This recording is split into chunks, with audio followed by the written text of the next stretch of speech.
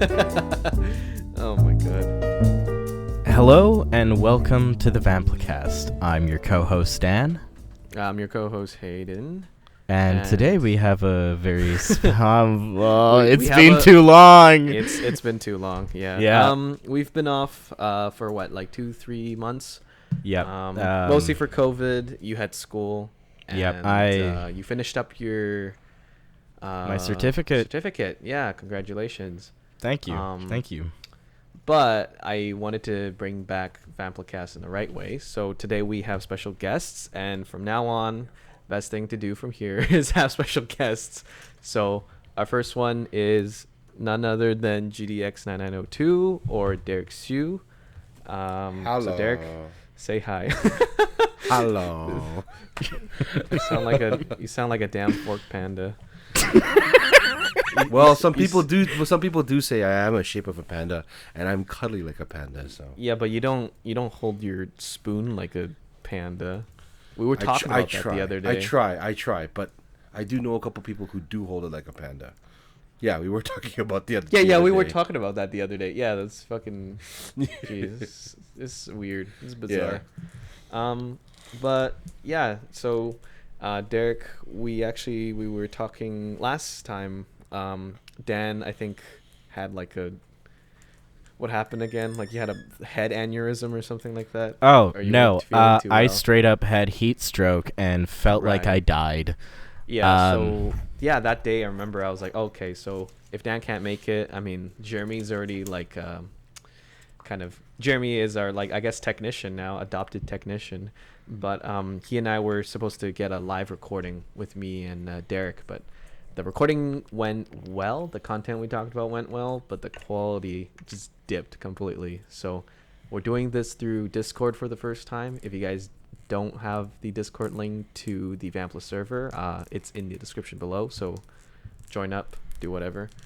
But yeah, we were talking, and then it just didn't work out, I guess. But I guess now that we have you back, Dan, then we're gonna do this right? So Oh yeah, of course. I mean, yeah. I'm one half of the Vanpla so far, so you know. Yeah. I had Jeremy in for like a little bit in the last recording, but anywho, Yeah. so Derick, yeah, go on your spiel. Tell us, tell us Well, what you did. I mean, for I'll Vanpla, you freaking hack.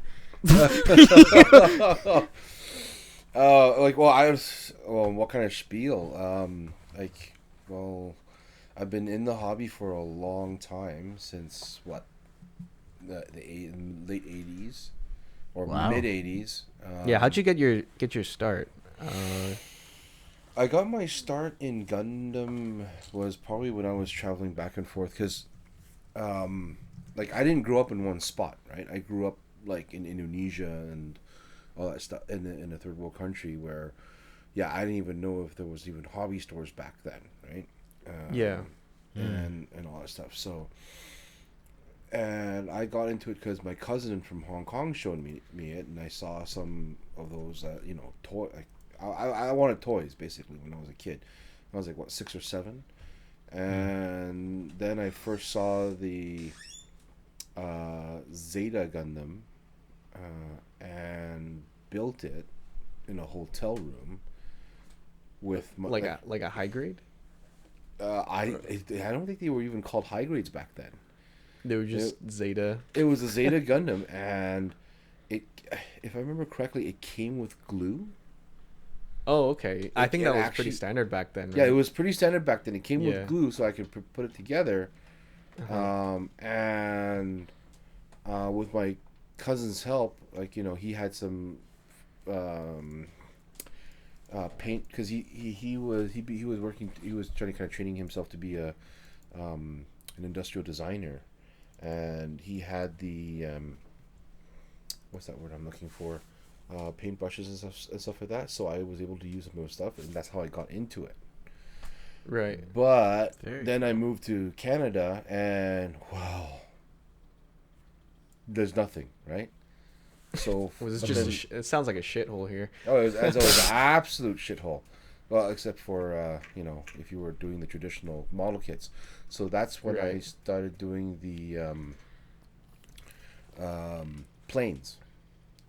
Oh, so did you just drop Gundams and then you just did There planes was for a no while? there was no Gundams here, right? Oh yeah, and, yeah. and I would get model planes, like seriously, model planes from Revell, Monogram, F-16, the SR-71, because I was playing the game SR-71 spy plane, the A-10 back on the old XT computers, Ooh, right? Wow. So because of that, I was like, oh, I want to fly these planes, and I would go to Zellers. I would go to yeah, we used to have a place called Zellers, right, back in the old days. All I you remember old Zellers. freaking boomers would remember that, right? Well, I mean, it wasn't that old. Like, Yeah, I think well, it it was like very went predominant. away. Yeah, Sorry, it was. yeah. I remember Zellers growing up too, and just like I think it went away around the 2010 Olympics, right? yeah, About- Yeah. Either that or the recession. I don't but know. it was garbage. That's a throwback though. Thanks for the nostalgia hit, Derek. Damn. Hey, no I worries. think Hudson's Bay, Sears, and Zellers. They were like the Yeah. big three. And then Yes, London Drugs yes. was the ghetto like pharmaceutical place that occasionally had random stuff.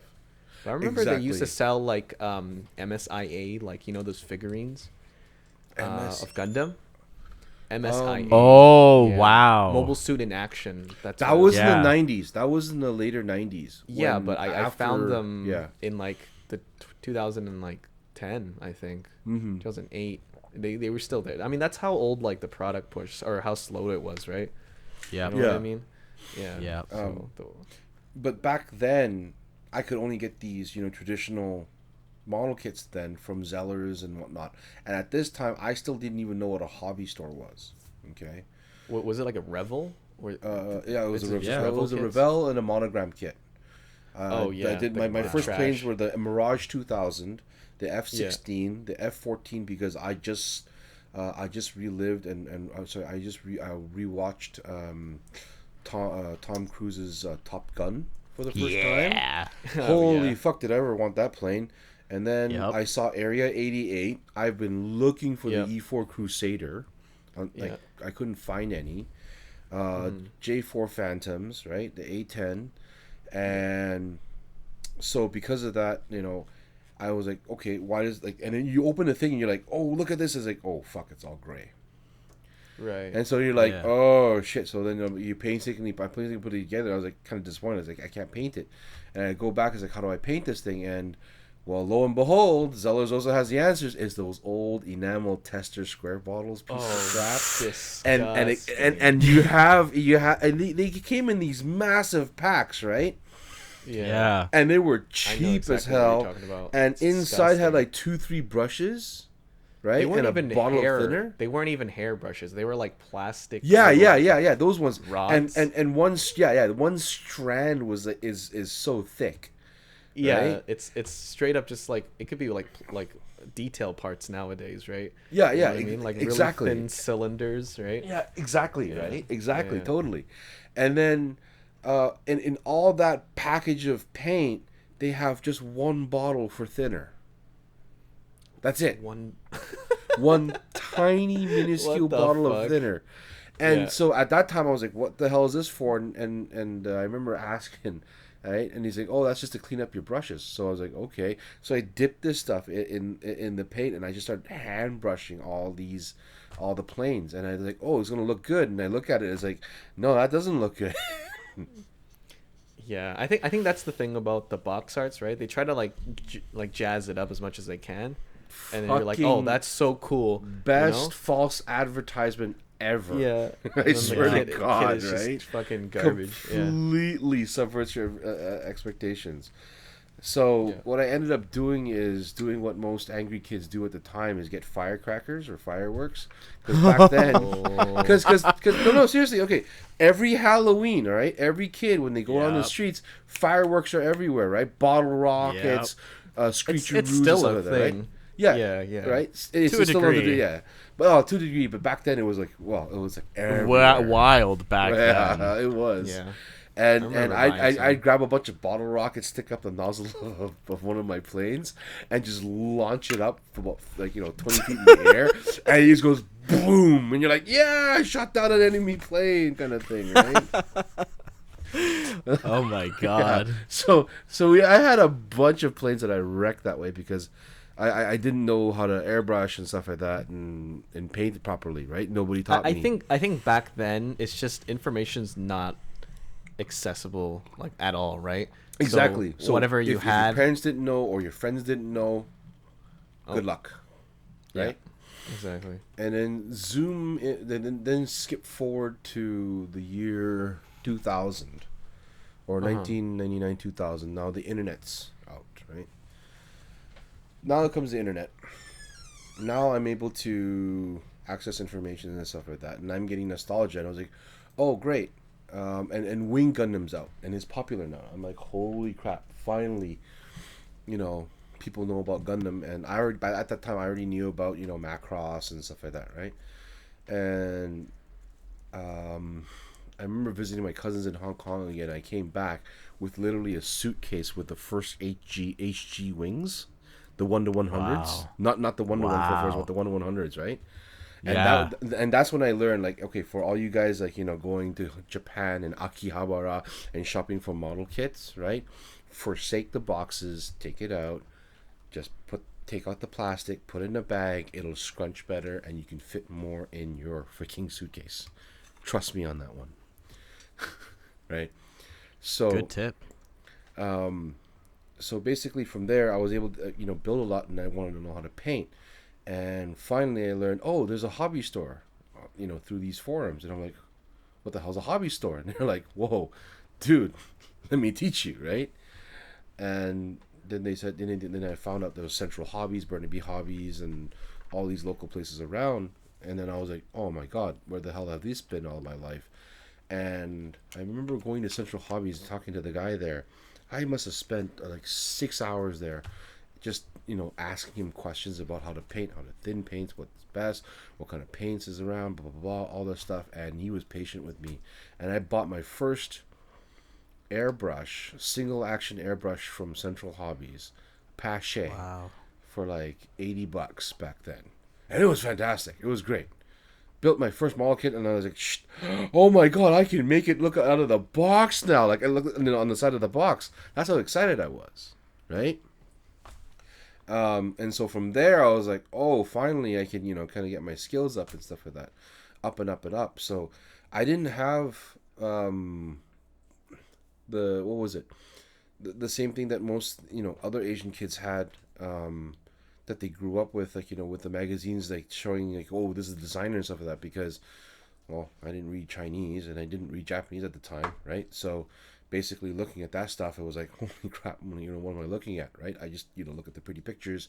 Oh, this stuff looks good and cool, and that's about it, right?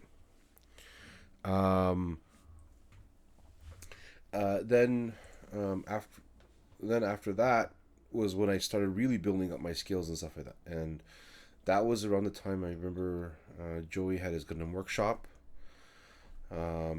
But so as they were, and that's where my skill finally actually kind of started growing. But I was only like in my 20s, right? And like I said, I didn't have the same kind of upbringing that other people may have, because they had access to exclusive interviews with Katoki, exclusive interviews with so and so. I still didn't even know those guys at the time. I think it's just extremely inaccessible here, because I remember I was like 2010. I think the best thing I could get was like some Gamera Bandre, like tutorial videos. Yeah. You wouldn't get any Exactly. like Dengeki hobby stuff. That shit was rare, right? Yeah, exactly. Or like Special Order. Around that time, around 2003, 2004, HLJ started up. Oh, is that when Right? they just started up?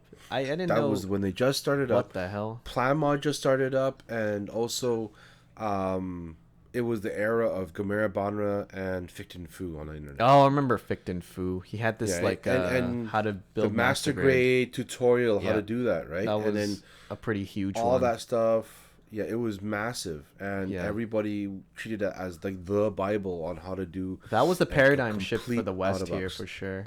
Because before, people were just like, I mean, YouTube wasn't even a thing, I guess. But like, as soon as YouTube became a thing, I remember YouTube was so new that Gamera Banre had his own like server for hosting videos, and not even on YouTube, right? So it took a couple of years for him to like transition over. But everything is super established now. You can get like a lot of information if you look hard enough. But back then it was even. I mean, like I was glad to meet Stan Hyde. A legend here. Monster Attack Team, right? Yeah, Monster Attack Team. Yeah, hopefully we can get him on a podcast here. But I remember I went to his house and he showed me these Japanese magazines. I couldn't fucking believe it. I was like, who built these, right? Because your only frame of reference is, you know, I guess for me it was the internet. I don't know even what it was for you, Derek, but like for me, I didn't even know. To tell you the truth, I didn't even know who the designers were until I went to Japan to work, right? Oh, and actually that's how you got your a little start? tidbit. That's how I really refined some of my stuff, because after I learned a lot, because I learned a lot from Gamera Banra's site, and I learned a lot from Fichtenfoo, and a lot of people there. Like that was when Calamity was also on there too. When he was starting out, he was on Fichtenfoo's site. Oh, was he? Holy shit! Yeah, he was. Like Calamity, like he would regularly post there, right? That's cool. And he learned kind of like, I think, I'm not too sure if he learned with him or something like that, but I remember Calamity didn't become like really big until I came back from Japan. But I'll get into that a little bit later, because back then there was actually, before Gamera Banra and Fichtenfoo did their forums, there was another forum, Mecha Lounge. I think no. That's after, right? That's after. It was called the Asia or Asian something forums, and in there was a sub forum for Gunpla, and that was where Fichtenfoo and Gamera Banra actually kind of like started off. Interesting. And they had a falling out, and it went split into two directions. Gamera Banra one side, and then you had Fichtenfoo on the other side. But even though they were in kind of like competition with each other, you still had people who were friends with both of them, and one of them was Funaka, and he was the one that was the first guy who introduced me to like scratch building. Yeah, exactly. He got the interpretation of it and put it on the web, and I just blew my mind when I first saw it. I remember seeing that for the first time as well. He now has it like compiled into a PDF that you can download on his website, like Funaka's website. But I remember when I first saw that shit, he was like blog posting it, like part 1, part 2 kind of thing. And he also this motherfucker used MS Paint to do like designs back then. And then he would like print it out, and then he would use that as a guide, and then he would just scratch. That's so old school, like scratch building method. But I think But then the thing is, not only that, he also good. took the scratch building manual in Japan, the Yeah. very first one, and he translated a couple pages and he put it up on the forums. Yeah. And everybody was like, "Thank you," and they're just bowing down like, "We're not worthy," kind of thing, right? Yeah. And that kind of led to the the more advanced guys in North America to just really start experimenting in scratch building and stuff like that. And then I remember. This is when I was working at Comic Land, and I was selling Gunpla when. This is before you went to Japan, right? Yeah, that's correct. That was before I went to Japan. I was helping my friend sell Gunpla with Robert Davidson, who's now the manager at RC Pit Stop. Right. So shout outs to you, Rob. Hi, Rob. And and so I don't know you. And so around that time, I knew Sean, and Sean asked me and Fichtenfoo and a couple others to maintain the BAKUC website. and Oh that was my when I God. met Nick McLean, and Yeah. I saw Joey for the first time, and Mm-hmm. Joey did this freaking amazing double Zeta build and became the first North American representative to the BAKUC final. Yeah. Wasn't he Final. like one of the first to represent North America? Not one of. He was the first. He was the first. Oh, Yeah, he shit. was the first. Yeah, I don't know Because- this man's resume. Okay, this fucker, like, he just. I mean, right now, as we speak in like 2020 in like August time, he's just building a shit ton of stuff at a very fast pace, right? And he's just been posting on the Vanpla Facebook page. Oh yeah. He's like, oh my God. The But skills I've this actually guy has. never taken a good look at his old works because it's just too old. Like BAKUC is like the stuff of legends. Okay, I remember BAKUC's website was so. I mean, you guys maintain it? Yeah, you had this guy that looks like a wrestler called the Masked BAKUC. Yeah. right? He like was building Gunpla and shit, and he like, what the fuck did he do? He was on a surfboard with two hot babes or something, and it was like a video in Japan. And I'm like, what kind of fucking shit is this? Aren't you guys like a toy company? Why is there like a video of a wrestler dude with two hot chicks at like the fucking like beachside, and they're just like, I don't know. I think they were making out. Maybe my mind like went somewhere, but like I remember that video, and I remember there was two other videos on it as well, and I said, I don't understand this. And this hobby is fucking weird.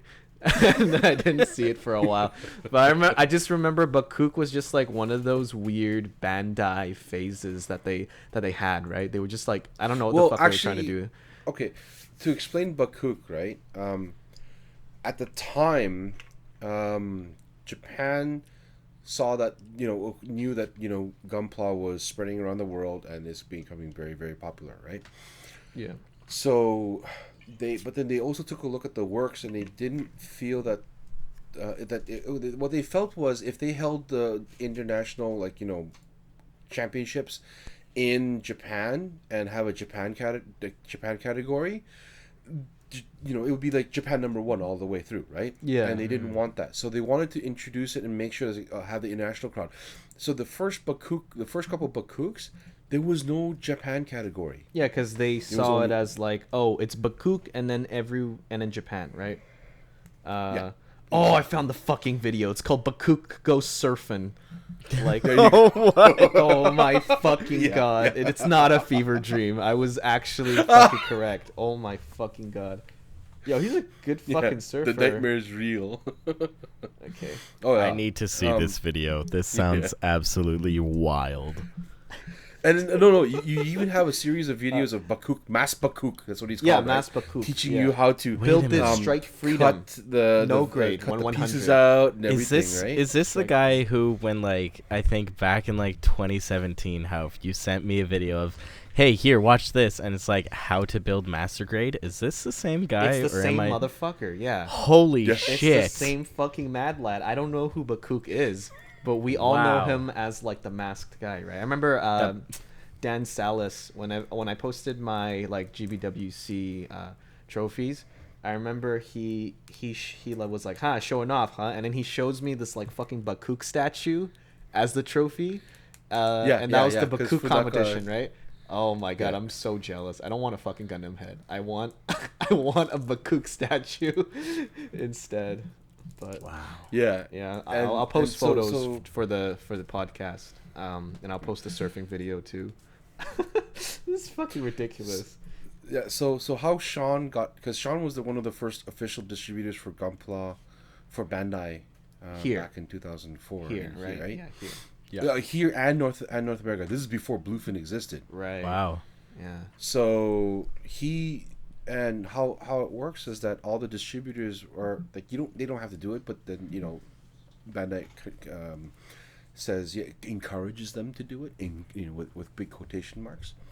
So he decided to do the online competition through a website, and then he called it BAKUC.com, and he'd feature some works and stuff like that, and Fichtenfoo and a couple others, would myself would moderate the site. Yeah.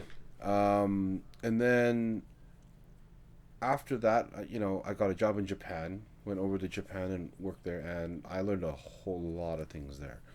I found a local hobby store there near where I lived.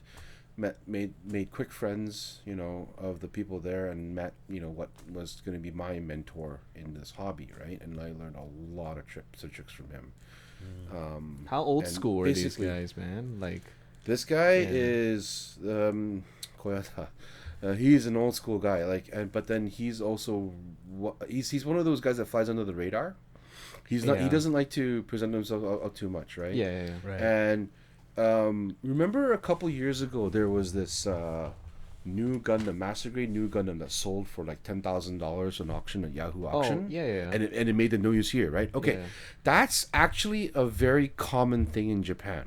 When a very new desirable kit comes out, you'd have some of these guys would make a couple of them, and they would just auction it off because there is a market for that in Japan. So when the Sazabi Verka, the new Verka came out, right, and even the Unicorn Verka, he's got a buddy partner, right? Yeah. That I think does the paint.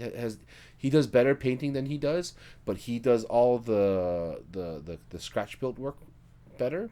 Right. So they would do a combo, and he scratch build it, clean it up, prime it, and then give it to his buddy, and his buddy would finish it off and paint it, and they would put all those works on Yahoo Japan, and they would easily sell, like, one of these would go for auction off for $6,000-$7,000. That's crazy. And it's like, quick cash. I just have to wonder, like, which fucking chump bought that shit. God damn. But then that's the thing, they're not chumps. These guys are like, to them, they're like, oh, I don't have time to build this, but I really like this stuff. Man, right? And I want it in my display hard. case. Yeah. Here, but then over there, there are quite a lot of people there. Yeah. That do it, right? Because the salaryman culture and stuff like that. How the number of hours that they have to work. Too busy. Sorry, this was the 90s. Exactly. Exactly. They're too busy to build for nothing, or they got a family, but they just want something nicely displayed, right? Yeah. Without, and so they spend a lot of money for these things, for these works, and so he does that, on what, every 2-3 times a year or something like that. Right. Like when there's a very popular kit that comes out, he just buys like 2-3 of them, right? Yeah. And he keeps one for himself, but the other two he'd work with his partner and sell them, right? And flip them, right? And he doesn't really have to do this. He's an owner of a metal shop, right, for building signs, and he was a really cool guy. He taught me a lot about scratch building, and the finding the how to really think about bringing the Gundam into reality, like make it real and stuff like that. Did he do right? classes? No, he didn't do classes. It was mostly like me and him. Like we hung out a lot. You guys just go to like izakaya or something? We go to izakayas. Shit. We go to like onsens. Just sit down, chat, chill, and we just talk about this and this stuff. And it's like, how should this be shaped? I'm like, oh, I have a problem with me shaping. He's like, oh yeah, do this, and this, and then cut it here, and then it'll be able to fit this better, right? So we go through a lot of these talks. He was a really good friend, really cool guy, right? Nice. And he built me this complete scratch built, like himself. He scratch built his own version of the Master Grade GM Power, and he made a resin cast of it for me. And it's still sitting at home. I haven't done it. I should do it. Wow. Yeah, Jesus. like full on scratch built. That is wild. Himself, GM powered Master Grade. Is that like your most prized possession? Right now, that is, and All right, so that Dan, is my most legendary. prized gotta Huh? steal it. Yeah. You gotta set up a raid. No, you don't. I'm never ever gonna tell you. 'Cause I'm there like he- Nicolas Cage going to steal the National Declaration of Independence or some shit, except it's Derek's fucking resin, one of a kind, GM powered. Jesus. Oh okay, my well, God. I've shown it to you, Half, because remember the there was a bunch of photos that came with it Yeah, I remember. that shows you how to replicate Yeah, pieces. yeah. Yeah, that's from him. Yeah, I know. Right, that's Wow. all from him. Right, Yeah, and I remember that. so we still keep in contact every now and then, right? And he helped get me into like he's also a huge fan of Nagano, right? And he taught me about like Okawara, Nagano, Kobayashi, Kondo, and stuff like that. So that's where I got that knowledge, more understanding from him. Yeah, I feel what like they were able to do with the B I clubs. feel like everybody's a fucking fan of Nagano. Like, I don't know. Oh god, The fact that he started working for Tomino when he was like 19 or something like that, something crazy. Yeah, like he that. got scouted out. Yeah, Yeah. he got scouted out. Jeez. For Like sure. he showed up at a Wonderfest and Tomino was like, work for me. He's like, oh okay, fuck it, whatever. And then he would like Yeah. make the most iconic Gundam designs, and like he would shape the proportion game for like the next like fucking 4 decades. And now he's just some like old guy, like fuck you, man. My robots are old, and I'm never giving it to you, Bandai. Yeah. Okay, not just that. Not just he didn't just change not just the proportion game, but he also made the most popular Yep. selling design Gundam ever. Right, That's like a the bold most popular claim. designs. But yeah, I think I would say so. Like the Cubele, Camphor, like those guys, and Hyakushiki. Like yeah. as soon as that's basically like before the Pucci guys and the Bear guys came out, that was Bandai's way of printing money. Yeah, I mean, they were trying to like steal his narrow waist design for the longest time, right? But Yeah. he would just be like, "All right, listen, bud, like knock it off, right?" Yeah. But they want it so Yeah. bad that they were like, "No, Naoki made this. Check out this Cubele Dam. Check out this like Shiki, right?" Papalian, right? Yeah, it's all yeah, bullshit. yeah. It's all bullshit. Yeah. Um, But back then, and the reason why Nagano, I learned this later, of course, hates Bandai is because when he first Tomino likes Nagano, like he loved him a lot because he was fresh. I mean, he recruited him. He was a new guy. Yeah, he recruited. Yeah, You he was know? the new guy. He worked on L Game, liked it together, and then Yeah. when Zeta and Double Zeta came along, Tomino was like, "Hey, come work on this for me." He's like, "Yes, please. I love Gundam, right? I'd love to work on this thing," and he was bullied relentlessly by the guys there and the B Cup guys. Damn. Isn't it just like Yeah. the higher execs or something like that? No, it wasn't. It was also It was even the some of peers. designers. Oh, It was I even haven't the heard that one, peers. but that's fucked up too. It was and because they look at this, like, when you first came out with a design for the Rick Diaz, he was like, and they were like, "What the fuck is this? This is never going to be like a mass produced thing. This is like a piece of shit. What the fuck, right?" But and he's like, "Oh, it's okay, so fucking but good. The Rick I Diaz know, is so right? fucking good. It's probably one of the most unique like grunt suits.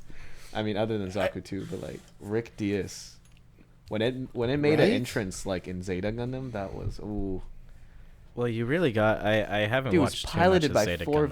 vaginas, man. Like what the fuck? Oh my god. Like that shit's fucking insane. You know what I mean? I was gonna say I haven't seen very much of Zeta Gundam, which is a cardinal sin, I know. But I've seen the bit where Quattro, I'm not sure, I swear, guys, is piloting the Rick DS. I'm like, wow, this thing is cool, and I love. It's the detail that Nagano and maybe his team like tweaked. I was thinking like how the side of his head like it was very like mechanical, and and it was like that type of realism I think a lot of fans were like itching for in the original Gundam, but never kind of made it right. But seeing that and seeing Zeta designs, they're still till this day like the most popular designs out there. Like if you say like top 30 like favorite mobile suit designs, Nagano's stuff is bound to be there, guaranteed. yeah, the big top 10 easy, Yeah. right? Easy Yeah, top yeah. 10, and I think the Cubele, he got massive complaints from the B Club. Yeah. Saying round and everything was like weird proportions. It looks so weird, like a mosquito kind of thing, and and it was basically it basically boiled down to this: is like B Club could not make it They're just jealous. because of how round it was, right? Yeah. Because they can do like some round stuff, but then not like Cubele round, and Their round was they like a couldn't- Zaku's shoulder, and they were like, "I am out." yeah, exactly, That's right. the furthest they could do. Yeah. Yeah. But this one was much, like the shoulders around the whole body, everything is just totally different, right? Yeah.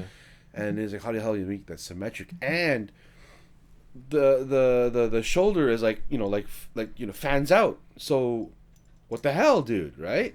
Yeah. Yeah. And they It they had like complain really endlessly. complex mods.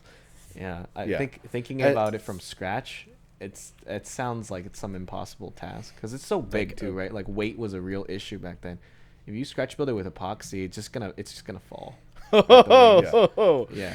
And also back then, when they created the molds for these plastic things, it was made out of wood, right? So you Yeah. had to hand carve it. Yeah. Oh, So I the felt very- bad the for very that first- fucking guy who had to like Yeah. carve it The out. very first Cublade, if you look at the very first Cublays that came out in the production line, Yeah. they were kind of squarish. Yeah. A little bit squarish with a rounded thing. So that was because that was their attempt at trying to do it, but then people loved it.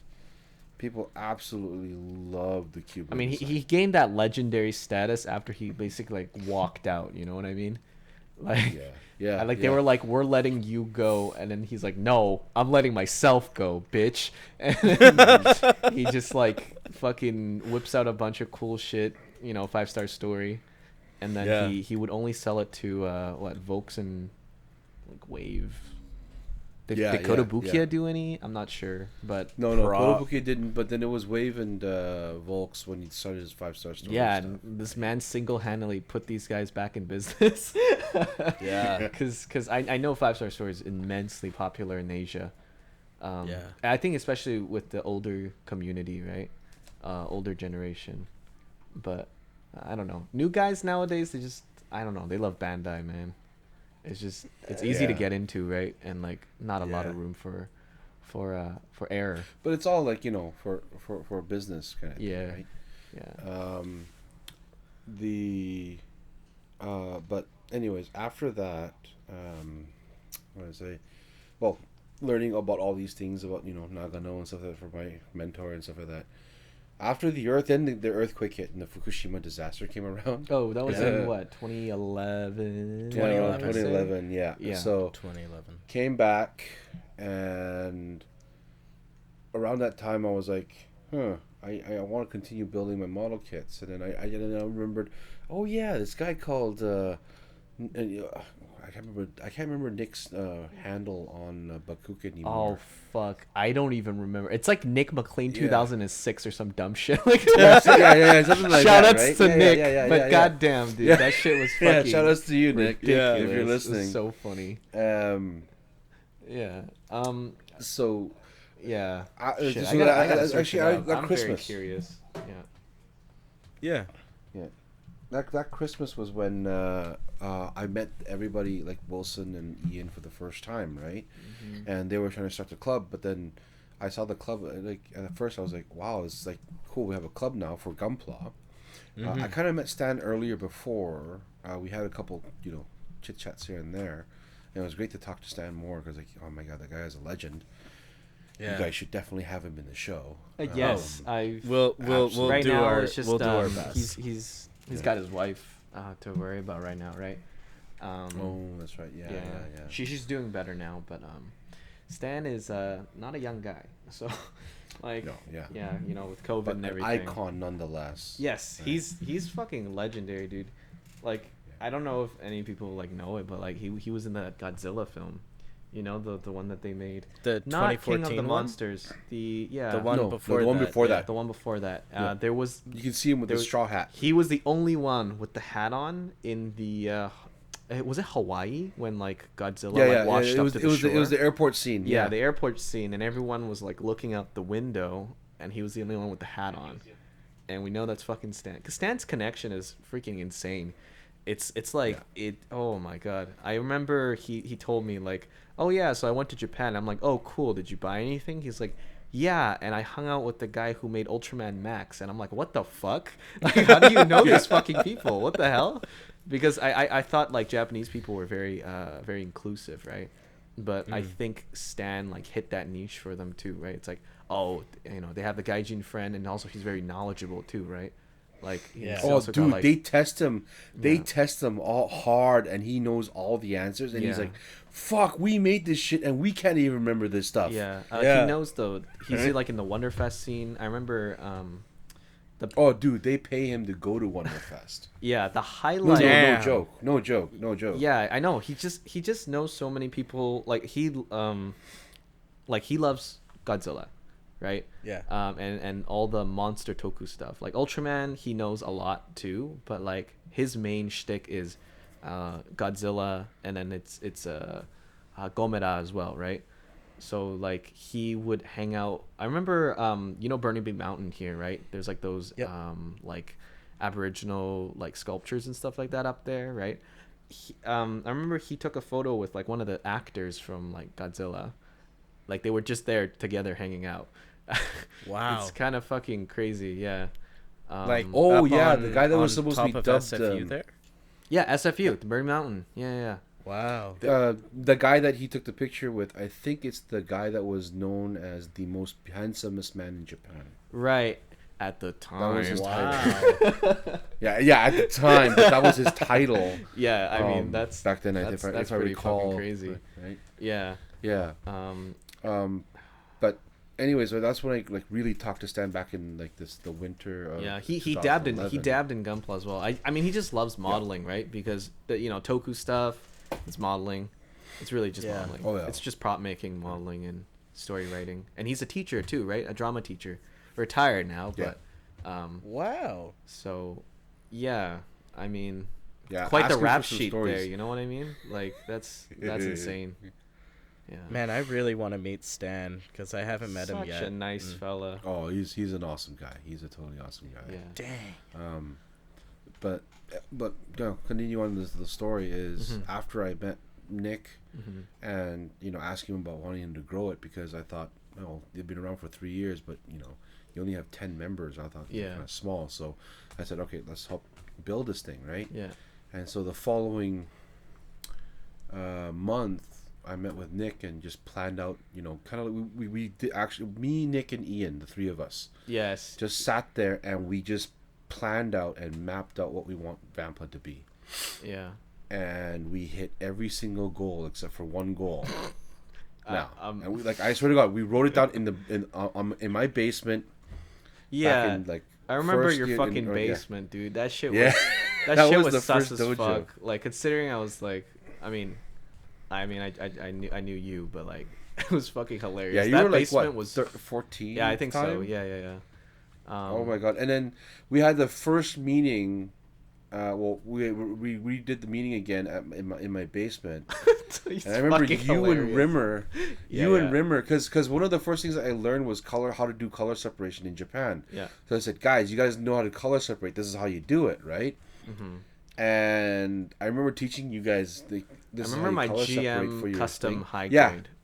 I That's have the one. photos Yeah. of it. And I'll post it. And it's like, Yeah. cut this here, and it slides in, and you can just glue this together and sand out the seam lines. Yeah. And then you see, like, I remember Rimmer just holding the pieces, saying, "How come I didn't think of that?" Yeah, it's like something that once you learn it, you're like, wow, I'm such a fucking gorilla. Like I'm like not even fully evolved human. Like I can't think of that, right?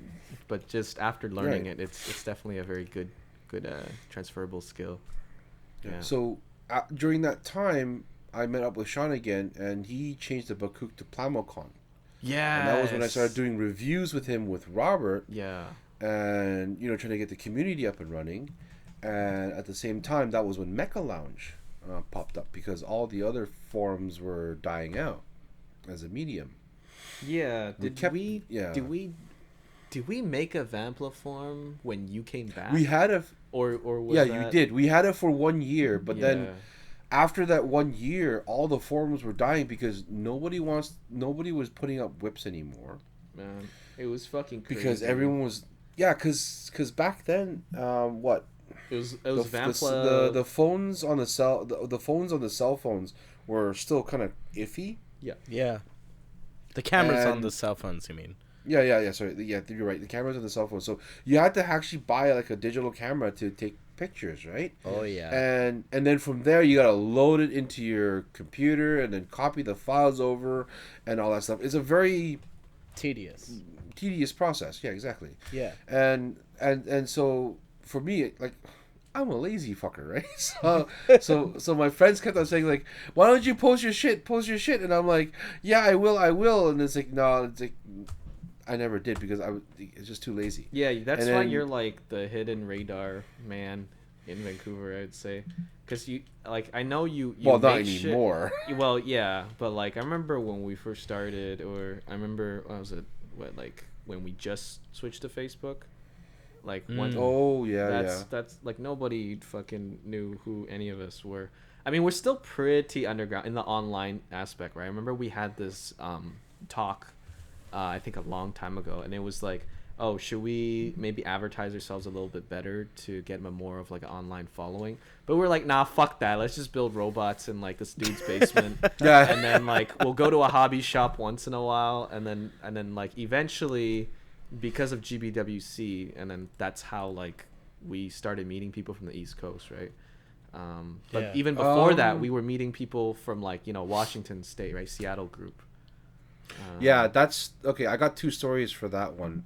One for the Seattle group, and then the other one for the East Coast. So, first is the Seattle one was basically because we were growing. We were having meetings in my basement and in Adam's fucking living room. Yeah, at least it and, wasn't a and basement. I'm pretty sure there's a video about me giving a talk on about Yes. putties on YouTube It's somewhere. still on YouTube right now. It's called. Yeah. It's on Wilson's channel. I think if Yeah. you type in Vanpla, we don't. The Vanpla. Oh no, Vanpla channel does show up first, but if you keep scrolling Because of the down, podcast. you Yeah. keep scrolling down, and then. Oh shit! I can't fucking find it. Oh, there it is. Okay, so yeah, it's on the Gundam Hub. Modification with putty and styrene plate. Vanpla Gundam model demonstration. 1 out of 3. And you see fucking Rico in the back there. Shout out to Rico, but like Rico's I think that was the first time That was the first time Rico showed up. Yeah, that Rico showed up. So this fucking video is pretty historic, and also, damn. You look different. I know, like I ballooned since then. I know that. Even Eric bugs me. He's like, "What the fuck happened?" Right? Yeah. So, oh my god. Oh Nick. So back then we were bouncing, and then Yikes. Nick and I were keeping track of the numbers of people showing up, and we started off with like 9 or 10 people, and it grew to 20 people, yeah. just within our basements. And that was when we had to actually swap over and we went to Metropolis and stuff like that, Right. and hit up all the stores because our houses couldn't contain it anymore. Mm-hmm. But the interesting story about oh shoot, I just lost it now. There was 2 stories. Seattle. That summer, there was a guy from the IPMS called Brian Heron. He's a very elderly gentleman who was trying to get kids to build that year. So he created his own summer program because he used to be a teacher and worked within the educational program. So Ian King comes to me. He's like, "Hey, Derick, this is your chance, man. We got to get him young. He's teaching all these kids about 10, 13 years old to build model kits. Introduce them to Gunpla. It'd be our shot." Right? And I'm like, I swear to God, I know I sound like I know I'm making Ian sound like a drug dealer, but he's not. Yeah. I don't know. Ian. Well, Ian talks he's a like really that. cool guy, It's right? fucking Ian King. hilarious, Ian. Yeah, he's funny. So I said, okay, sure. So I go to Sean. I was like, Sean, I need kits because they're doing this little summer's camp. So like, let's give some free kits to these kids. And he's like, well, what kind of kits you need? I said, just give me some first grade kits, right? He's like, okay, fine. So I got a couple of first grade kits. Went over there and. Holy shit! When I showed them the kits, their jaws just Were they dropped. Gundam age kits, like the first grade ones, or were they something different? Do you No, remember? they were the seed ones. They were the seeds. Oh shit! They were the seed first grade kits, Oh. and oh yeah, some of them were aged. I mixed it up, Yeah. and the kids were like, "Oh my god, where the hell is this? I want this!" Right? Mm-hmm. And we said, "Okay, no, don't worry about it." And I talked to Brian, and Brian says, "Okay, finish your kit, and then you can come and grab one of these later, right?" Right. And so I helped him teach the class, the basic techniques, the painting, how to hand paint, how to do this and stuff like that, and how to use the spray can and whatnot, right? And then after that, because his grandson really got into it, and he tells the story wonderfully, and like every time he tells it, like it almost brings a tear to his eye, right? How his grandson was like, finally could work on a kit that he doesn't need help on, and the kid's 9 years old, right? And Bandai did a fantastic job of making it very kid friendly. Yeah. Yeah. So his grandson got super into it. So then now it's like, hey, why don't we just make this a new category for the Gundam guys, right? And we're like, okay, sure. So the first time we said was, okay, we must make a statement. So we just freaking packed it. We had like 60 entries. Some of them were just snap. Yeah, I remember you bum-fucked the shit out of that fucking sci-fi category. And it was like... Everyone was like, what the fuck is this shit? Was that the right? same year when we made that, like, what, a BAKUC diorama? Or was that was the second year. Oh, that was right. the following year. Yeah. We were that was the testing the following waters year. out with, like, IPMS, I Yeah. remember. You guys made an Al-Bawaku diorama? Oh, yeah. Yeah. What? Oh yeah. There was a fucking Xeon, like, Wilson's Gundam that, like, he has for his profile picture. Yeah. And I have my I have my gun cannon there. Yeah, the mods on those things were actually fucking insane. I remember Wilson was like, that he used he used like the high grade RX-78, like HGUC, but before it, not the revive, like the original one, right? And what he did was like to like make the calves like bigger. He stuck tiny pieces of styrene until like it filled up the entire thing. And then with the crevices with the fucking crevices left over, he uses like super glue and talcum powder to brush it off. And now in retrospect, I'm like, why didn't you just use like putty or something, right? to like make it bigger. But back then he would stick like tiny pieces of styrene until it, because I think he was thinking like, oh, it'll match like thickness, right? So I get better control. But mods like that are not attempted anymore, I don't think, nowadays. But that kit was really like mind blowing. But anywho, yeah. We had an egg diorama. Pretty cool. Yeah, and then we had a good show, and then the Seattle guys were like, "Whoa, this is cool." So in October, that's when we had the Vancouver IPMS show. The spring show. Happened in Seattle. In Seattle, yes, Renton. And and then they invited us to go, and we were like, okay, sure. Right, they had their own group back then too, right? Like they were just starting. No, they didn't. Oh, they didn't. right. It was just like a couple of guys, right?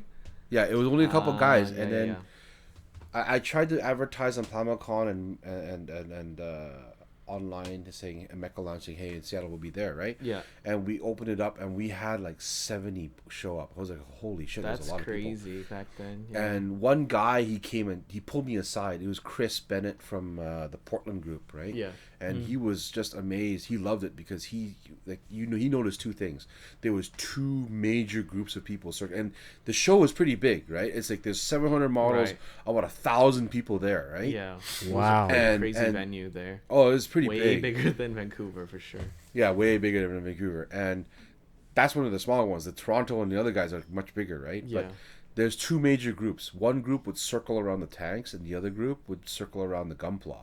Yeah. And they were around equal sized. Yeah. And everybody who was 30 below or 35 below was around the Gunpla. Everybody who was 35, 40 above was around the tanks. Like, it was a stark contrast. Well, yeah. Huge contrast. So it's a different demographic, right? I mean, like...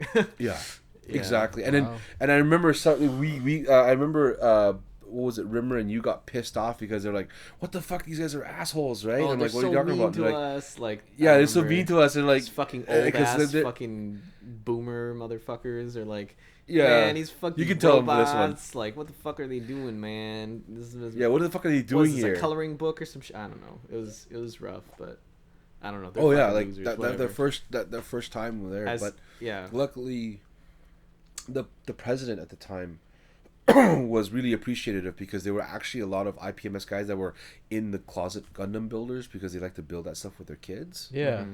And now they can come out and say, yeah, I built Gundams already. But before they couldn't. Yeah, well, that's because they spent fucking 2 years discussing, like, which gray was the right gray in this battle at, like, fucking middle of fucking nowhere. Like, They talk about like the Yeah, dumbest yeah, shit. yeah, exactly, They're such exactly. fucking old ass motherfuckers, man. Like I know there's some that are so anal retentive. They're like, yo, man, this squad, you know, this guy wasn't even like, you know, employed there. That means that he won't have this like bucket outside the tank. Okay, I know who put that bucket there. It was my friend from like '83 or some dumb shit like that. I don't know. It's very very meticulous. I can understand that, but I don't know. I think Gundam's just like a more creative medium in a Chill. way, right? Yeah. Yeah. Oh, totally, Yeah. totally by far. in They're my they're opinion, they're too. definitely more technical, right?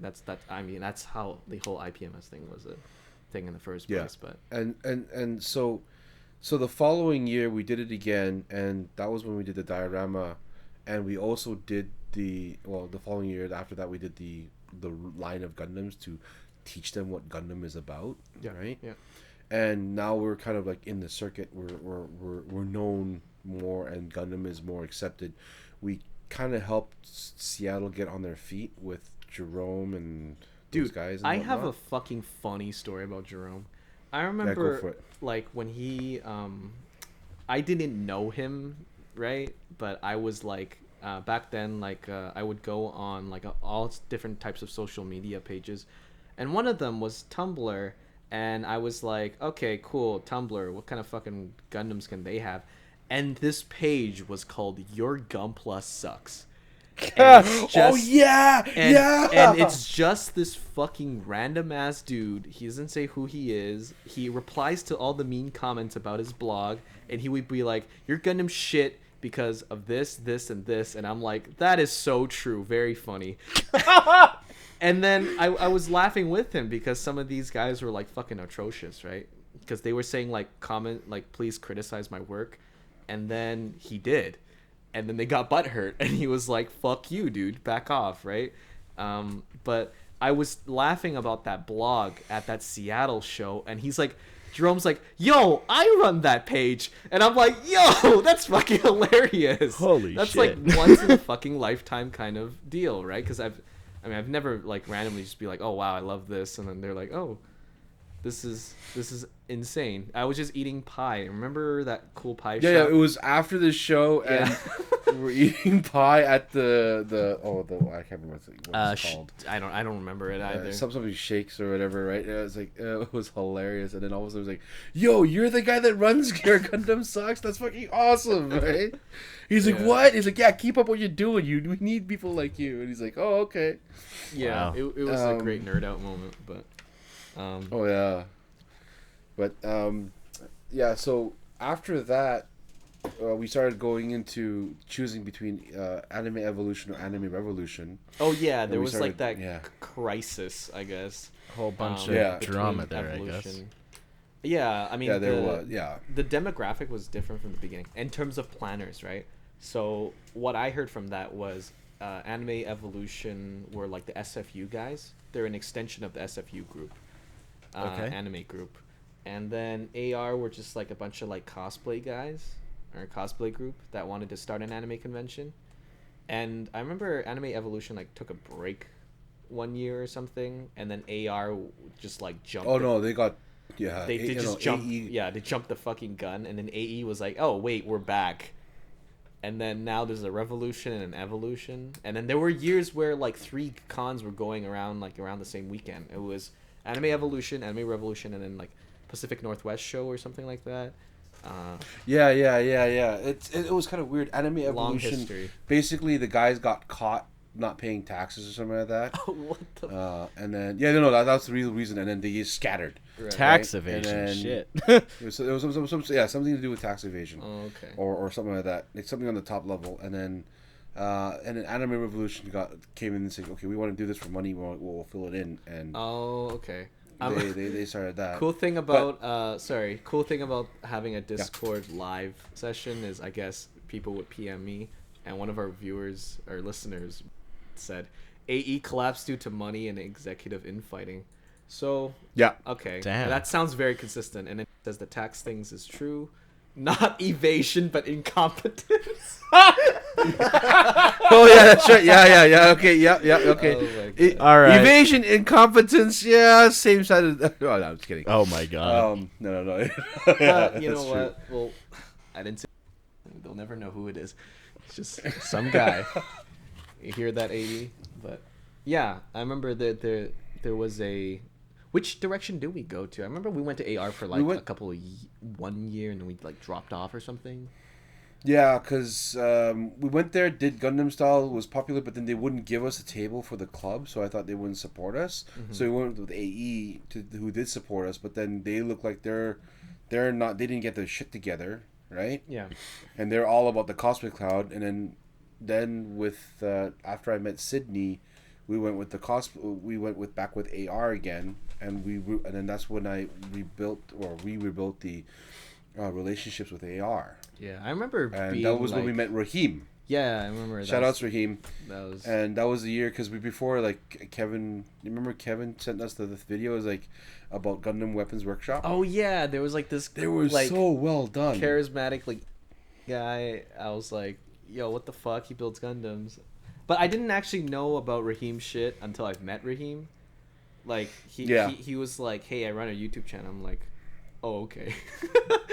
I didn't think too much of it, but watching his videos now, it's kind of it's actually kind of hilarious. I don't know. He looks so young. What's his channel again? It's called Gundam Weapon Workshop. Weapons Workshop. Gundam Weapons Workshop. All right. His it's pretty. The production's pretty. The production is really good because he had a production crew with him, right? Yeah. And then it was during that time when we rebuilt it and we had the successful first competition that we did or contest that we did that was sponsored by all our sponsors. Mm-hmm. That was when Nick, I decided to take a look at what was out there besides Victoria and whatnot. And it turns out Nick just started Gundam Montreal, Gunpla Montreal. This is a different Nick from our Nick. Yeah, it's a different Nick. Our Nick went into Cesario? hibernation, and he came back fucking swinging. This motherfucker. That's a story for another time for Nick. But another Nick, podcast. Another Nick guy from the East Coast. Yeah. Nick Cesario. And I've been saying, oh yeah, do this group and I can help you out. And he's like, oh sure, great. So I just basically did an info dump of what I did for the last 5-6 years on what I did with Vanpla and how I got, the IPMS and all that stuff. So he's like, oh, cool. And he went and just started running with it. And that's how Gunpla Montreal got their start. Yeah, there's certainly a lot more groups now, I think, thanks to... Yeah. I mean, usually with, like, eagle battles and, like, infighting, you spawn a lot more content for people, right? So more groups get developed, more interesting people. Well, not very interesting, but it's interesting to look at. Like I'm just a lurker in most of the like East Coast stuff, right? Mm-hmm. But some of the shit they do is like fucking hilarious. But I won't go into why, but it's fucking a good ass time. But anywho, you did give them an info dump on Montreal, and I remember they were the first ones to do GBWC. But because that was one of the goals they really wanted. They gotta thank you for that technically, because if they didn't get their shit together, there wouldn't have been a GBWC there. I don't think. Well, that's as long as it had happened because he really wanted it. Yeah. He remembered it was there 1 year, but for me it was like, well, you might want to take care of your thing first, right? Mm-hmm. And he had a lot of people supporting him, but then there was also a lot of falling out with other people, from what I heard, but. That's a story for another time, I guess. Exactly. Yeah. Right. But then, now at that time, then after that, the second year, that was when I think you, Dan, the Three Stooges joined that year. The following year. Was that was our second year? 2017. Actually, I think the Three Stooges, if I may, tell the story from my perspective, it was me, Matt, and Jacob, and we were at a meeting that year, I think in like September would have been after AR, I remember Mm-hmm. you guys were at Imperial Hobbies. Yep, we were at Oh, shit. Imperial, and I talked to Matt. I saw he had a Soul of Chigokin, like a model kit of Gao Gaigar, and I'm like, it's Gao Gaigar. That's cool. And he's like, yeah, it's a model kit, and I built it, and I'm like, wow, that's cool. And so I sit beside him while we're building, and I think I had like, this is such a Daniel thing, but I had a very ambitious like pirate space crew built out of IBO kits idea going at the time. And I remember that. yeah, and I was, because I hardly knew you back then. No, I know. That's I had to throw in that towel for myself. Yeah, but I sat beside Matt and I was talking, and I'm just like, wow, this is like really fun. You know what else is really fun for me? Just sitting in Discord with my friends, and that'd be a cool idea. And Matt's just like, yeah, that would be a cool idea. And Jacob pipes over and he's like, did I hear someone talk about Discord? I want to be in on that. And we're like, okay. And then we all like go up to like Derick and the rest of the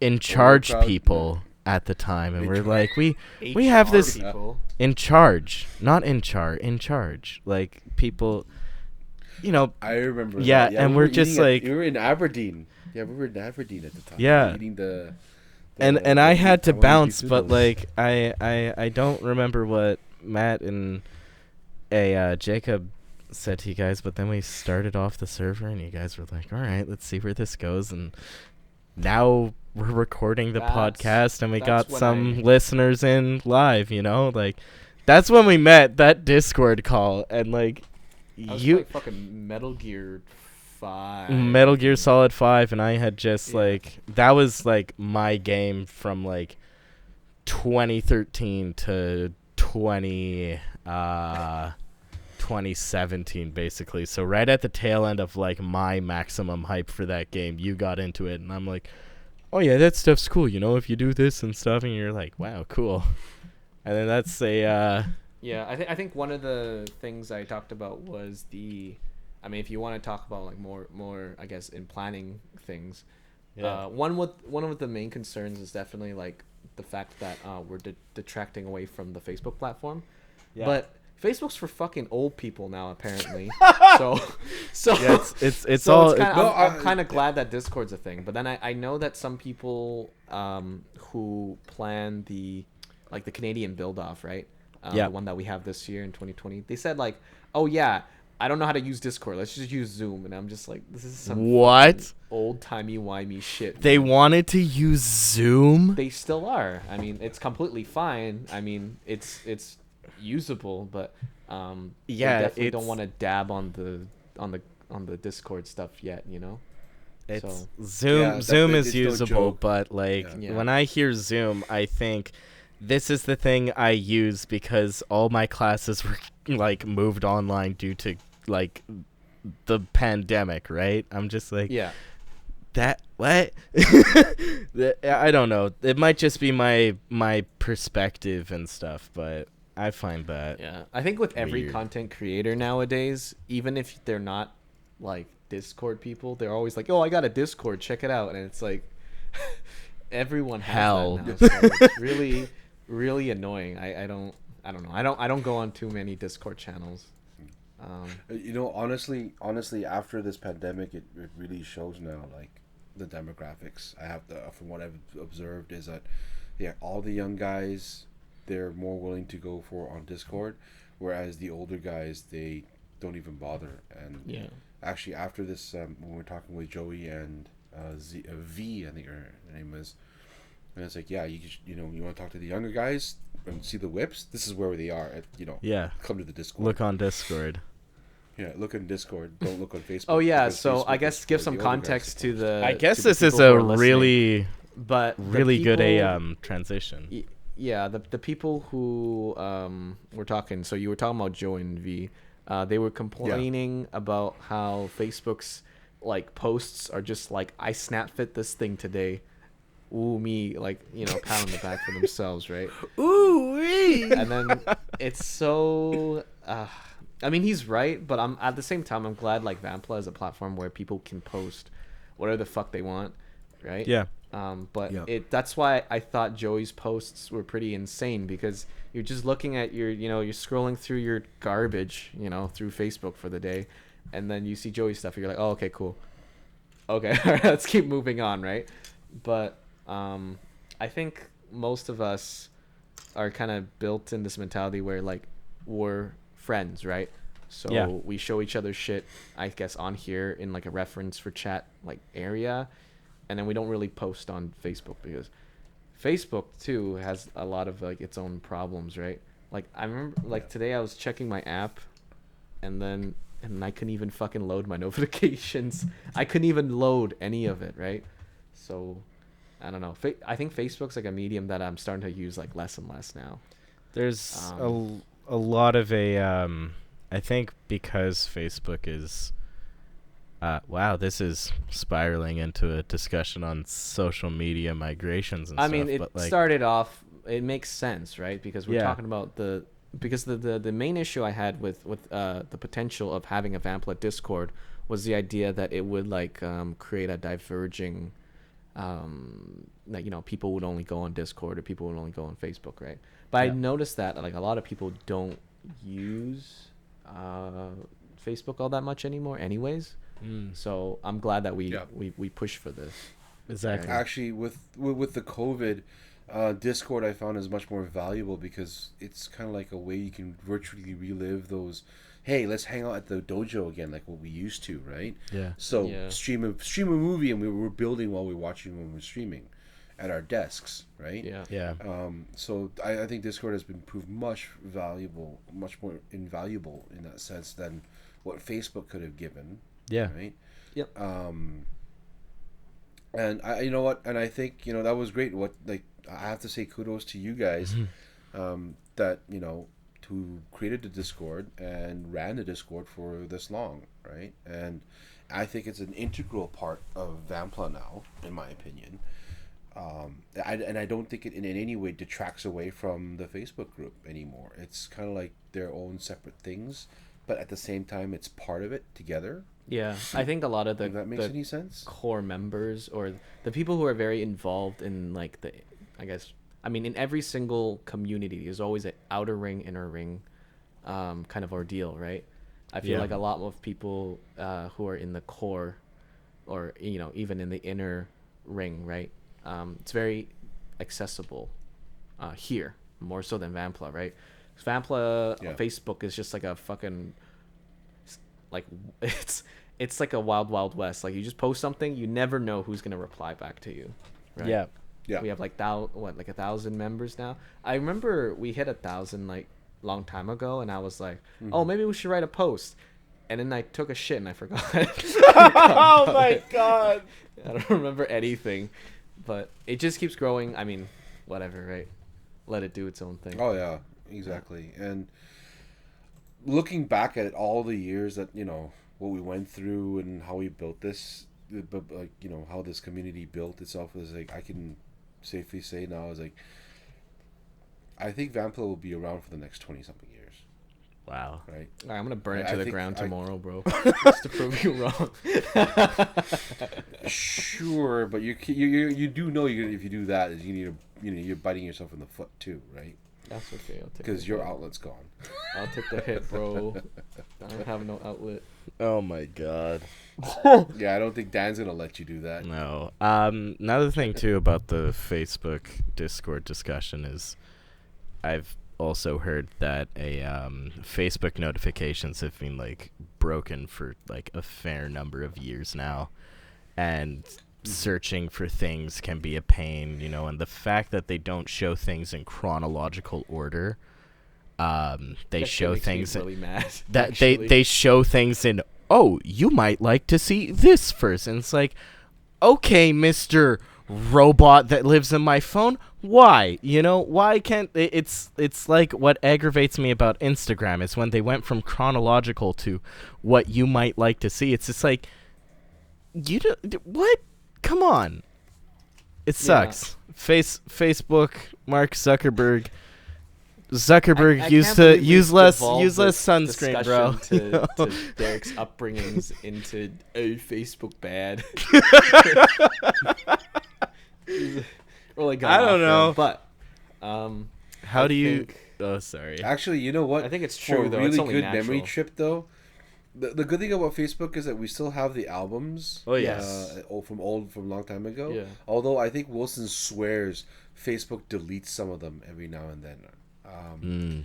I haven't found evidence of this yet, but Wilson swears it is.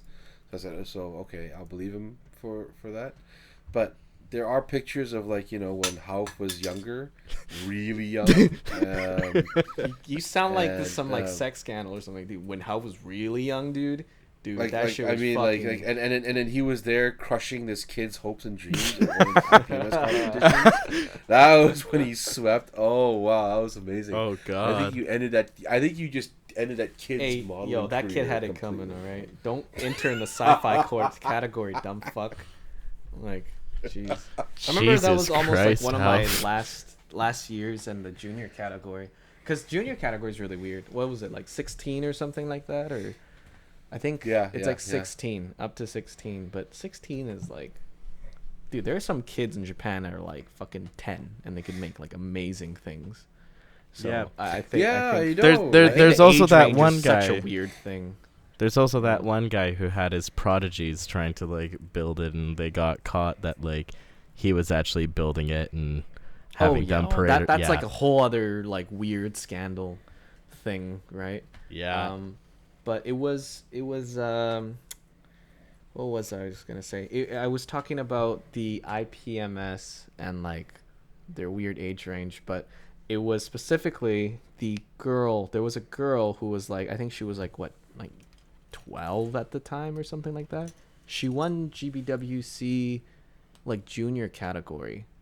Wow. Oh, her. Yeah, I know Like what you're talking this about. girl in Japan. I thought she was 8 years old. Oh, I don't know, dude. She made I thought she was 8. She was like a fucking Like- prodigy. So when I heard that, I was Yeah. like, all right, yeah, this is the prodigy. I'm obviously the side character compared to this girl. You know what I mean? Yeah.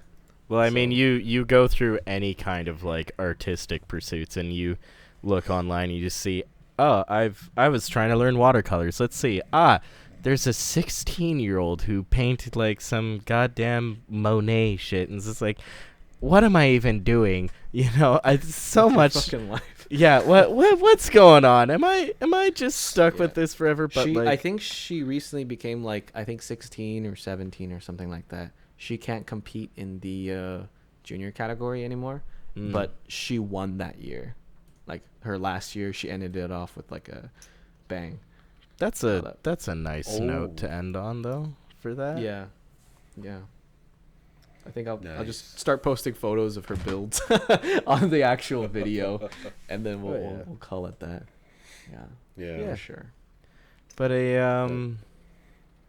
lots of stuff we talked about, Vanpla's past and stuff, and a lot of history dumps from both Derick and you know, and a little bit from me. But do we want to talk a little bit about stuff from the present? You know, might affect the future kind of stuff.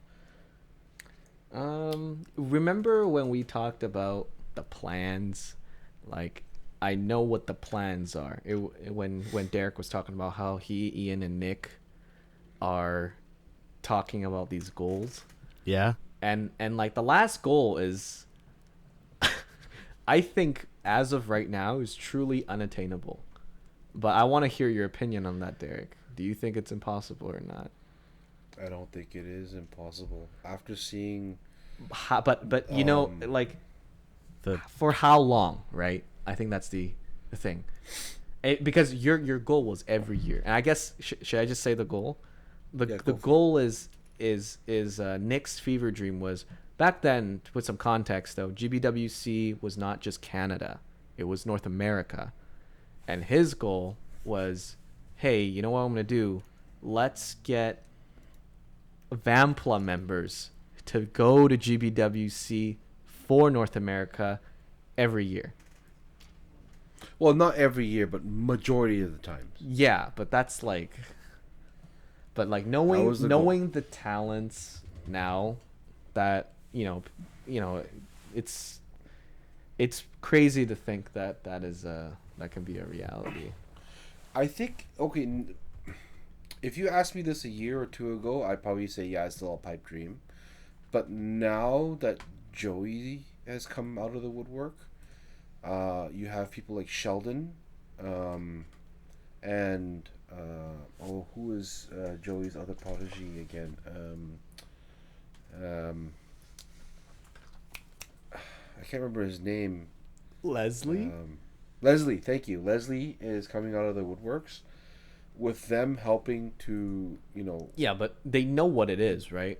Like they know what GBWC is. I don't think they give a flying like fuck about any of it. No, they don't. Right. But what I'm trying to say is they're more willing and they're hopeful, and they like to pass on their knowledge to the next upcomers of Vanpla. They're giving back to the community more. Exactly. Like just like what Joey was saying during the meeting was, he's like, he wants to really, really give back to the community of Vanpla. He wants to help Vanpla, right?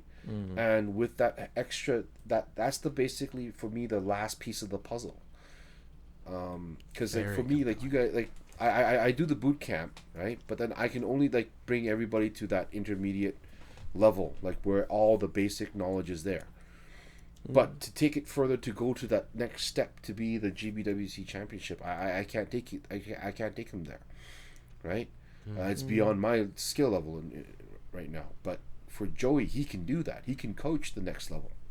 Wow. And having you guys, like the young guys that are up and comer, that he saw, he like even he told like I think he has a little bit more hope now, and that oh wow, there can be more Leslies and Sheldons out there in the future, and those guys can and once you have that level of technical skill and mixed with the creativity, I think we have a very, very, very good chance of setting a very, very high bar for the rest of Canada to follow. And if once we start setting the bar for the rest of Canada to follow, then we will be sending, most of the time, the GBWC champions are going to come from Vancouver.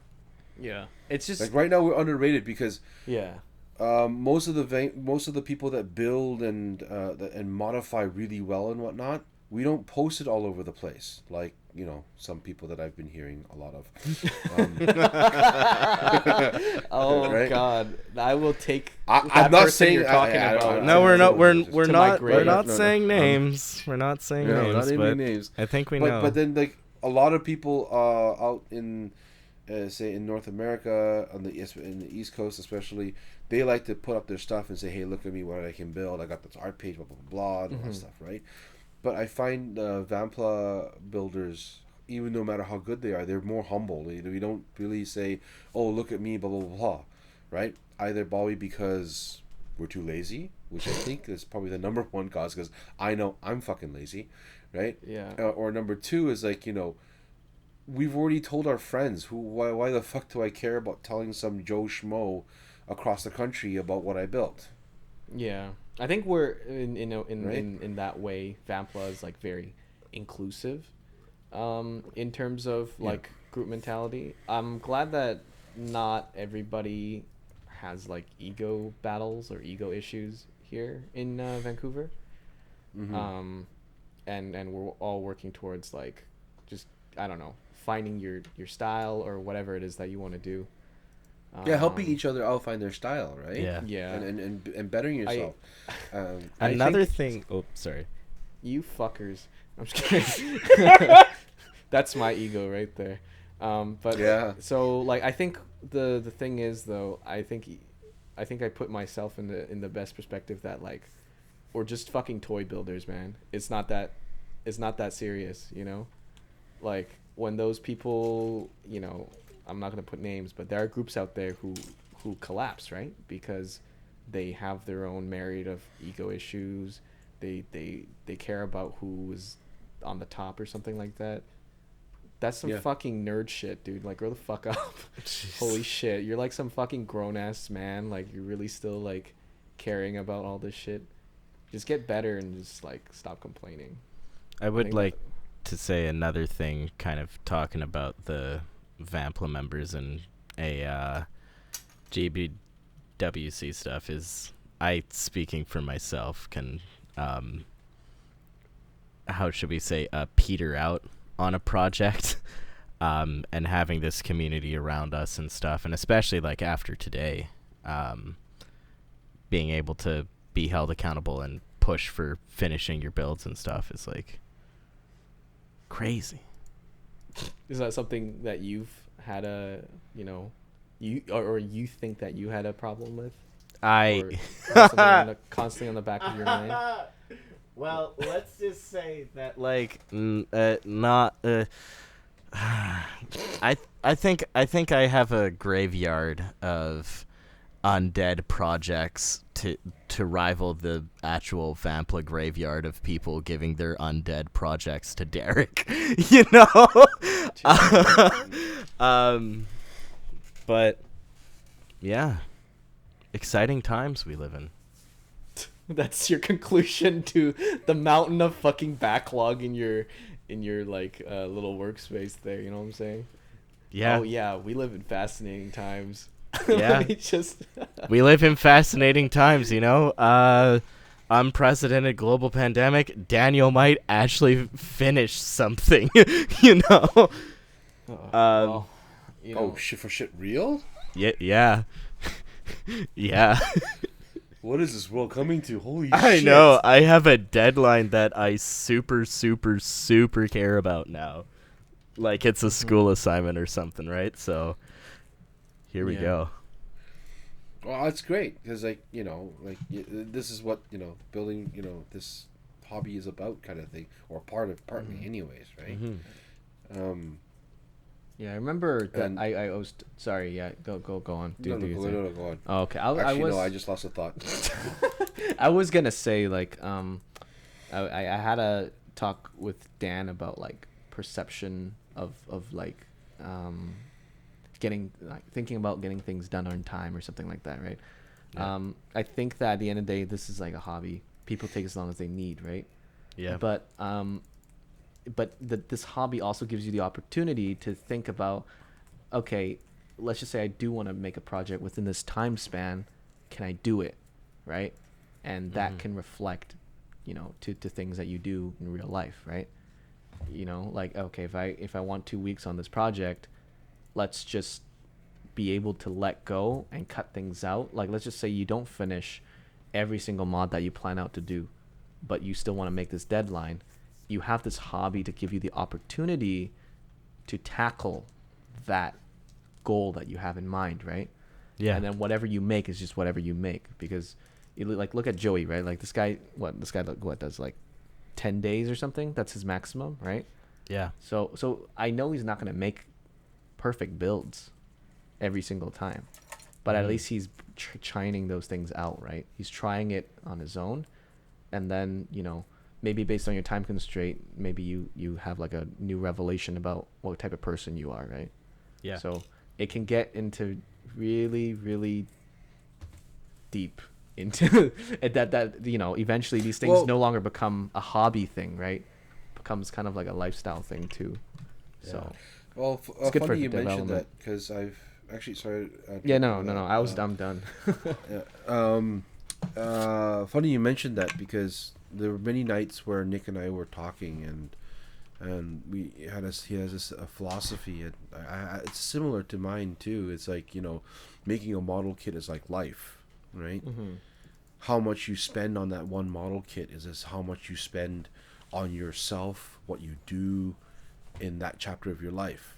Yeah. And once you finish a model kit, it's like finishing a chapter, and then you work on the next one and the next one, continuously, you know, improving and stuff like that, right? Yeah. So I remember we debated and talked about that, you know, and there's some things that you don't want to work on, but hey, tough luck, you know, you got to do it, like sanding.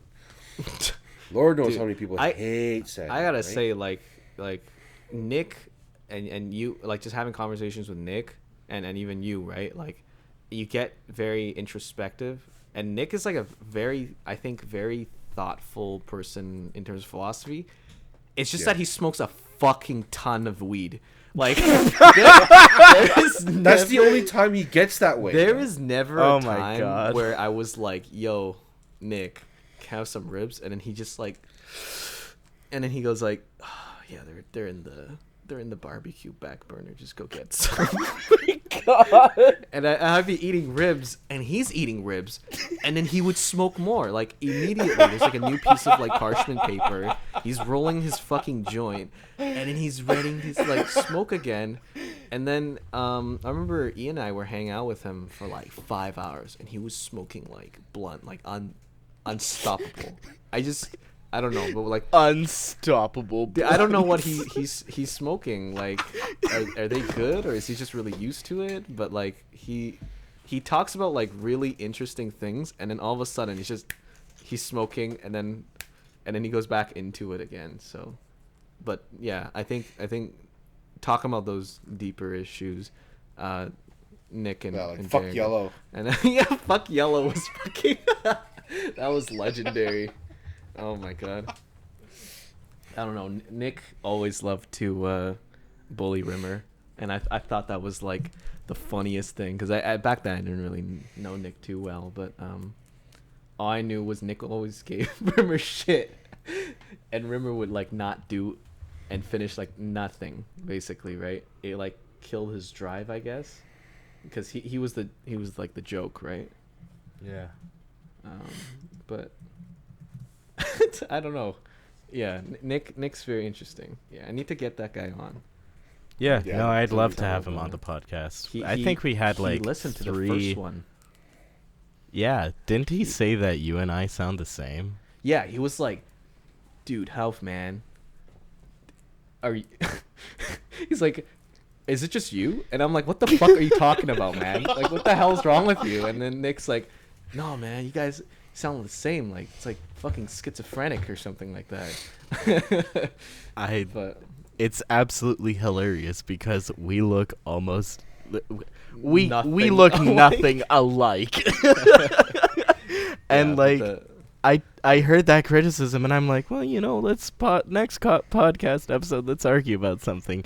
And I go back and I listen to it, and us quote unquote arguing is just you going, man, this shit sucks. And I go, oh no, I think it's kind of alright. Man, fuck you. Oh, okay, it sounds the exact. Yeah, he's Nick. I don't know. Nick spits truth bombs, but I'll try to talk in a different vernacular, I guess, next time or something.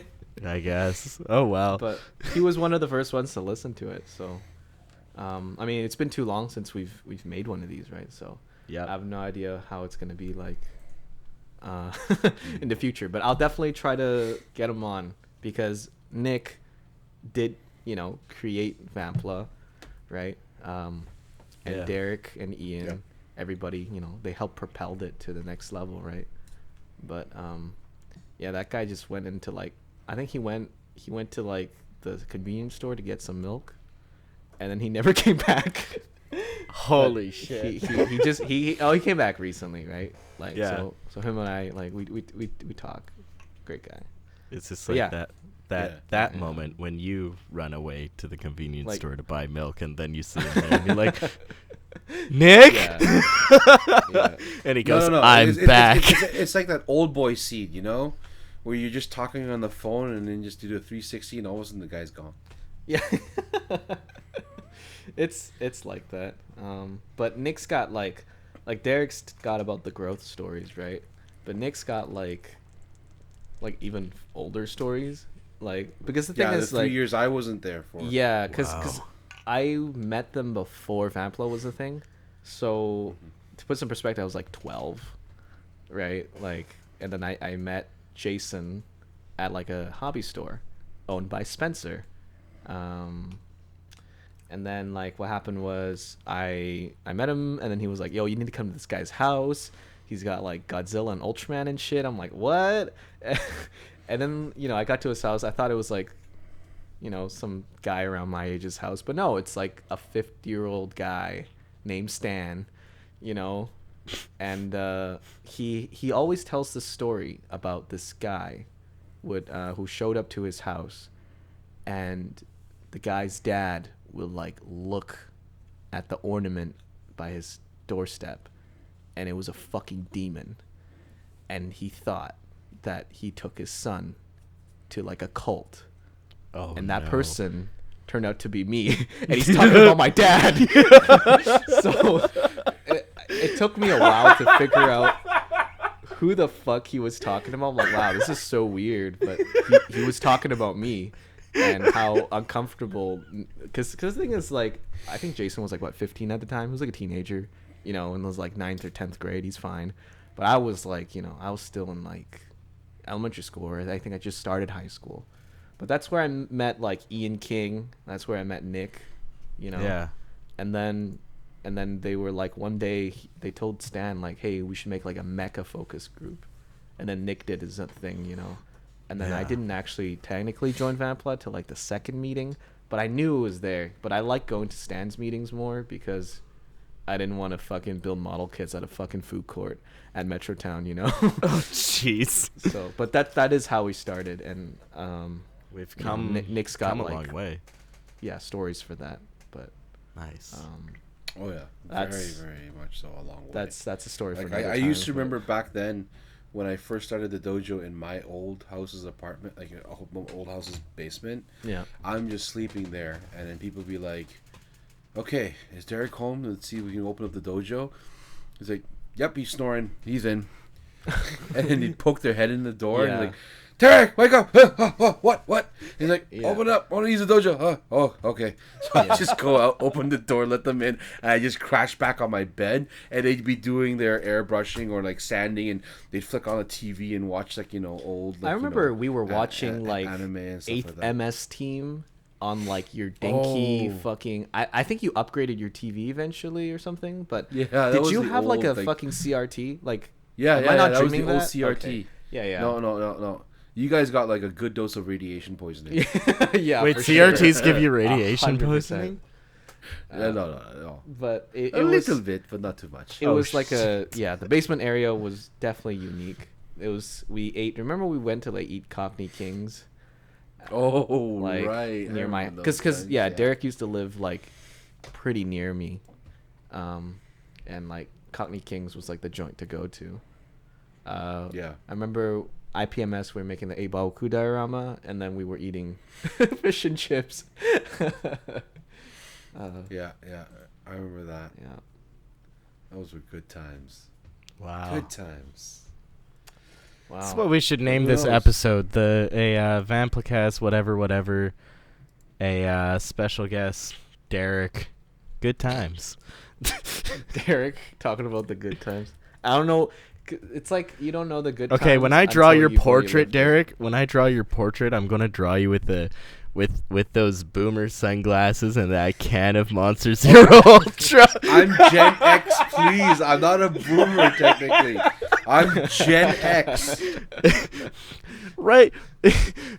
Drop us a line if you'd like us to give boomer. Derek a Uh, boomer portrait. You need to draw like 2 IPMS guys beside Derek, like behind him, Yeah. far away. No, and they're actually boomers. no. Yeah. And Derek's just Actually, I vibing could with do his that. Toys. Like Okay, Gundam. the more fitting person for that would either be Ian or Isaac. Yeah. Oh, dude, could you 'Cause he imagine was Isaac the- coming on for an episode? That'd be sick as hell. Yeah. Totally. It's fucking, god damn it, this is getting fucking ridiculous. All right, I think we got a lot of history to go through, and we went through a lot of it. Yeah. Hopefully, we're already hitting like an hour and a half, even longer, perhaps.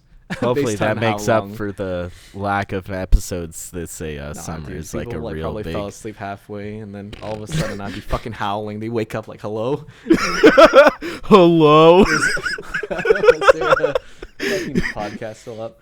But yeah, thank you, Derek, for joining us. Please come back. Thank you for having me. Come back another time, okay? We're gonna have you on again For sure. eventually.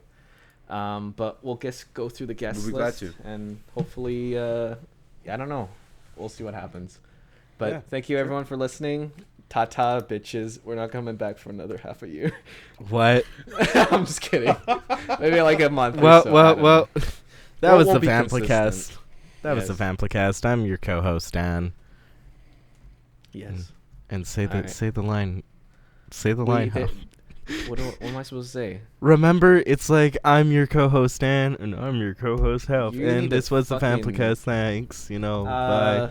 Fucking Whatever. care. I'm just gonna fade to like music, okay? That's Yeah. just all While we I'm good just for. yell. Well, like, yeah. Cool.